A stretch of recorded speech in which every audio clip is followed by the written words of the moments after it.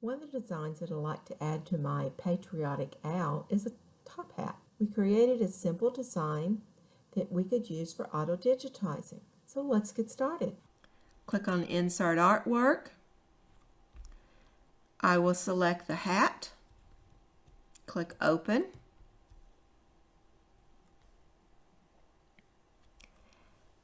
I am ready to use auto-digitizing, so I select.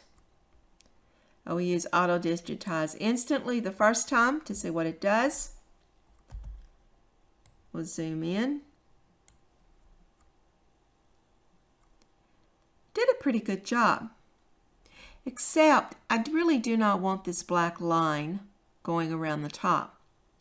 Now I put that black line on this image because if I had not, the software would have seen the top of the hat and the stripes all as one color, and it would have made it one piece.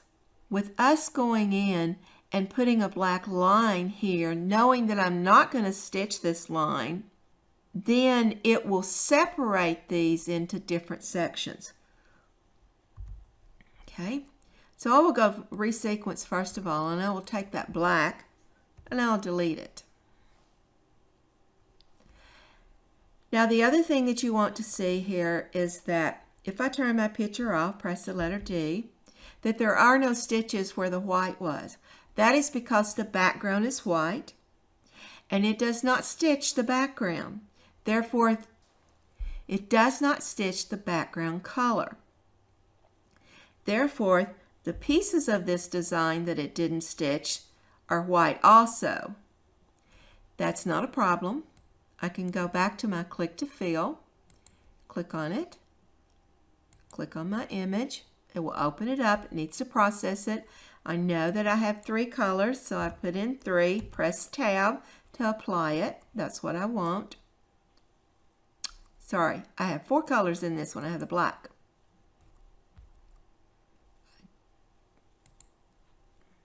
Okay.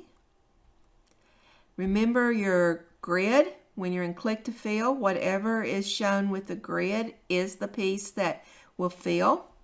So I'm going to click on the white, click on the white, click on the white, and click on the white. Then I am going to click the escape key 2 times. Now these are filled with tatami stitch, which is really what I want because I want these red stripes to stand out more. They're a satin stitch. This is a tatami fill, so we'll make them stand out. I also want this brim of the hat to stand out more, so I'm going to make it a satin stitch. So I'm going to go up to the select tool, click on the brim of the hat, and change it to satin. I want these stitch angles to turn with the brim. I can do that in the software. First of all, I'm going to select the object. I will go to Edit Objects, and then I will click on Add Stitch Angles. So I'll add my first stitch angle, because this one is going to go away, second stitch angle, and the third stitch angle, and press Enter.